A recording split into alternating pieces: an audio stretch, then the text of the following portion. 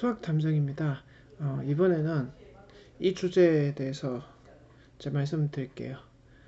우리는 왜 수학 공부에 유전자 탓을 하는가? 유전자, 머리 나쁘다. 네. 왜 그런 탓을 하게 됐는지 제가 말씀을 드릴게요.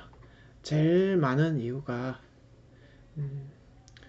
이유 세 가지를 제가 화면에다가 띄워놨습니다. 첫 번째로 수학 공부의 방향을 못 잡고 잘 안 되니까. 사실은 1번 영향이 저는 제일 크다고 봐요. 그러니까 하다 보니까, 이거 어떻게 하는 거지? 그리고 그냥 막 공부를 하는데, 해도 실력이 잘 안 오르니까. 자, 2번도 역시 같은 맥락입니다. 성자 효과의 경험이 적으니까. 그리고 합리화하면 편하고 용서받는 기분이니까. 하다가 잘 안 되면 자기가 공부를 안 하게 되면 나는 안 했으니까 했으면은 좋은 대학 갔을 건데 내가 머리가 있는데 말이야 안 했으니까 이렇게 되는 거야. 이렇게 합리화하면은 얼마나 속이 편해요. 근데 이 1, 2, 3번이 전부 다 이제 불안 욕구에서 시작된 거라고 보면 되거든요. 그래서 그러니까 원인은 알았고 그러면은 이 문제에 대해서 제가 해결책은 뒤에 말씀드릴 거고 그러면은 요 아래쪽을 보시죠. 우리 진짜 재능이라고 하는 저 영역들 있죠. 이거는 지능지수 가지고만 단순히 분류를 한 겁니다. 여러분 요거 아시죠? 요 그래프 뭐죠? 정규분포 그래프잖아요. 단순히 지능지수만을 가지고 학습 판단을 할 수 없다는 거는 알려진 사실입니다. 제가 이거는 어디서 발췌를 했냐면요.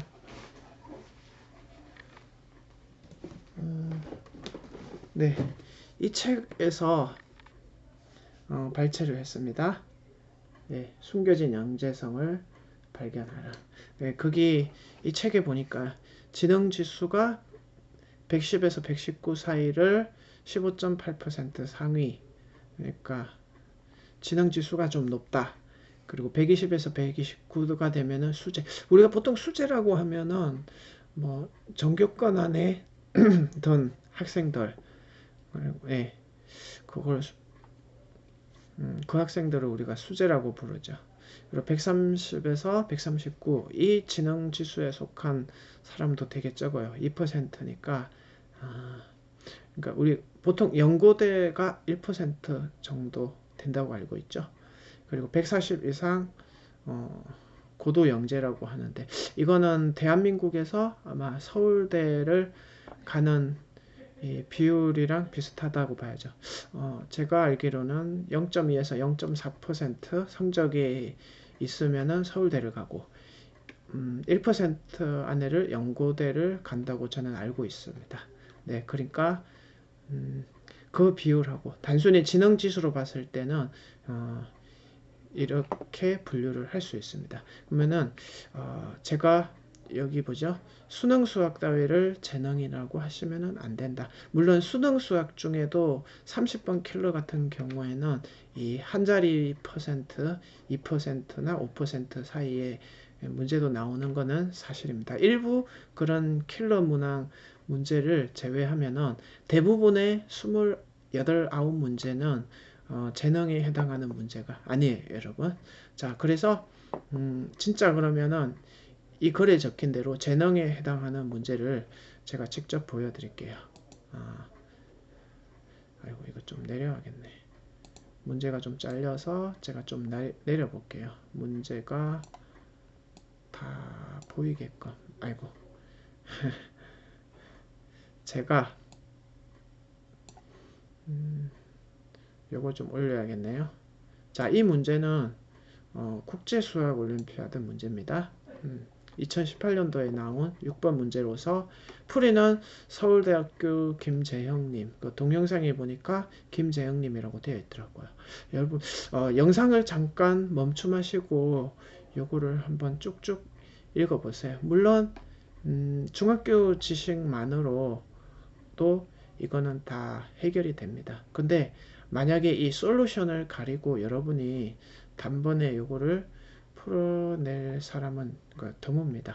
원래는 이 IMO든 KMO든 재능을 평가하는 시험이에요. 이게 재능이라고 하면 아까 전에 제가 보여드렸던 이 표 있죠. 이게 다시 내려가야겠네요. 이 표에 나온 것처럼 진짜 그 영재나 고도 영재에 속하는 그 학생들만 이렇게 풀 수 있게 되고, 그러니까 단순히 지능 지수가 높다는 의미가 아니라 이 정도의 경지에 이르기가 참 힘이 들거든요. 노력도 노력이지만 내가 수학 공부를 어떤 방식으로 이 머리 쓰는 법을 터득했다고 봐야 되죠. 그러니까 노력뿐만 아니라 공부를 어떻게 해야 될지, 그리고 어떻게 하면은 오래 지속해서 지치지 않고 하는지, 그리고 나는 휴식을 얼마나 하고, 뭐 과제 집착력이라고 하더라고요. 흔히 들 말하는 그런 것들을 다 총괄해서 내릴 수 있는 이런 영재들만 진짜 풀 수 있는 아주 오랫동안의 노력도 필요하고, 거기에 관심도 있어야 되고 오랫동안 집중할 수 있는 그런 고수의 경지에 이르는 애들 있죠. 그런 애들이 이렇게 풀 수 있는 그런 문제. 자, 이 정도가 돼야 진짜 재능이 필요한 영역이에요. 근데 재능이 필요한 영역을 뭐 일반 학생들이 풀 수 없는 이유는 당연하겠죠. 근데 사실 이거는 선천적인 유전자 탓, 그게 제가 이 책을 읽어봤더니, 그러니까 저 지능 지수가 뭐 학습에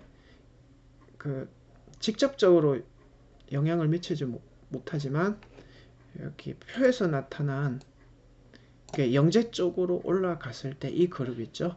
이 그룹한테는 꽤 의미 있는 지수라는 겁니다. 그러니까 물론 지능 지수가 높은 애가 공부를 안 한다, 그런 경우를 제외하고 이제 같은 노력을 했을 때 지능 지수가 높은 게 결코 의미 없는 게 아니라는 거죠. 이 책에는 그래, 저자가 그렇게 설명을 해놨습니다. 지능 지수가 학습에 뭐 지대한 영향을 끼치는 건 아니지만 영재 그룹에 올라갔을 때는 지대한 영향을 끼친다는 거죠. 그리고 이거를 잘 활용하면은 좋다는 것도 이 책에 소개되어 있고요. 자, 그리고 또 다른 문제 한번 보죠. 자, 요게 바로 한국에서 시행된 최종 선발 시험이라고 하죠. KMO 최종 선발 시험입니다. 자, 한번 영상 멈춤하시고 이거 한번 보십시오. 일반적으로 이제 수능하고 이제 차이점을 비교해 보시라고 이걸 띄워드립니다.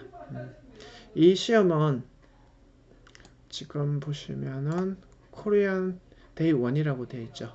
자, 이 정도 되어야 재능 영역이라고 할 수 있는 겁니다. 네.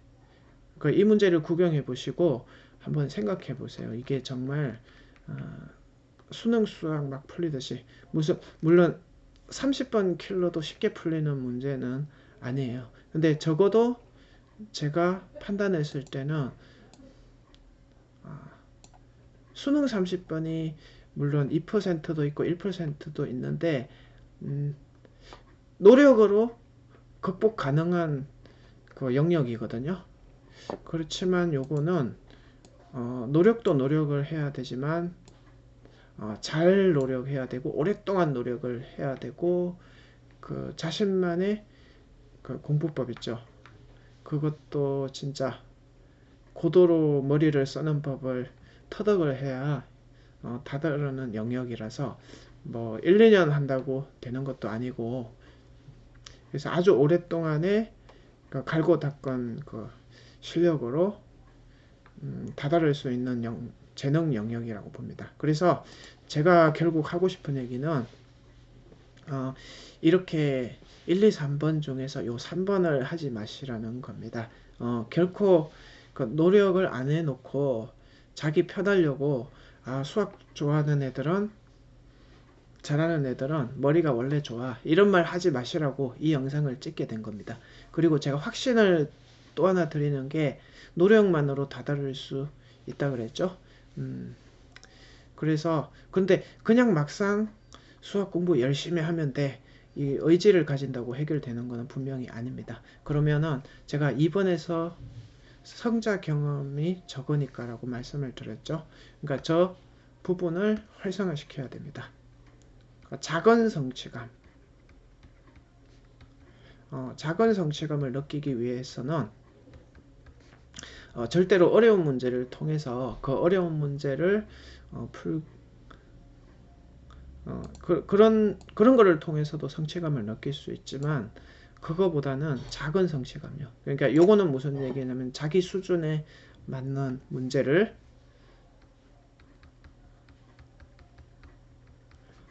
그러면 예를 들면 쌤 문제집 같은 경우에서 자기 실력에 C가 어렵다면 C를 그냥 가감히 포기하셔도 돼요. 그리고 B에서도 너무 어려운 거는 그렇게 그러니까 어렵다고 느껴지는 거는 좀 빼시고 그리고 핵심적인 것만 알겠죠? 이렇게 공부하는 겁니다. 자, 2번 항목에 대해서 이건 너무 당연한 얘기를 하는데 지키는 애들은 별로 없더라고요. 그래서 그리고 수학 공부 방향을 못 잡고 잘 안 되니까 자, 이 부분에 대해서는 제가 다음 영상에서 설명해 드리겠습니다. 시청해 주셔서 감사하고요. 여러분들의 수학 공부를 응원하는 오늘도 수학탐정 제이였습니다.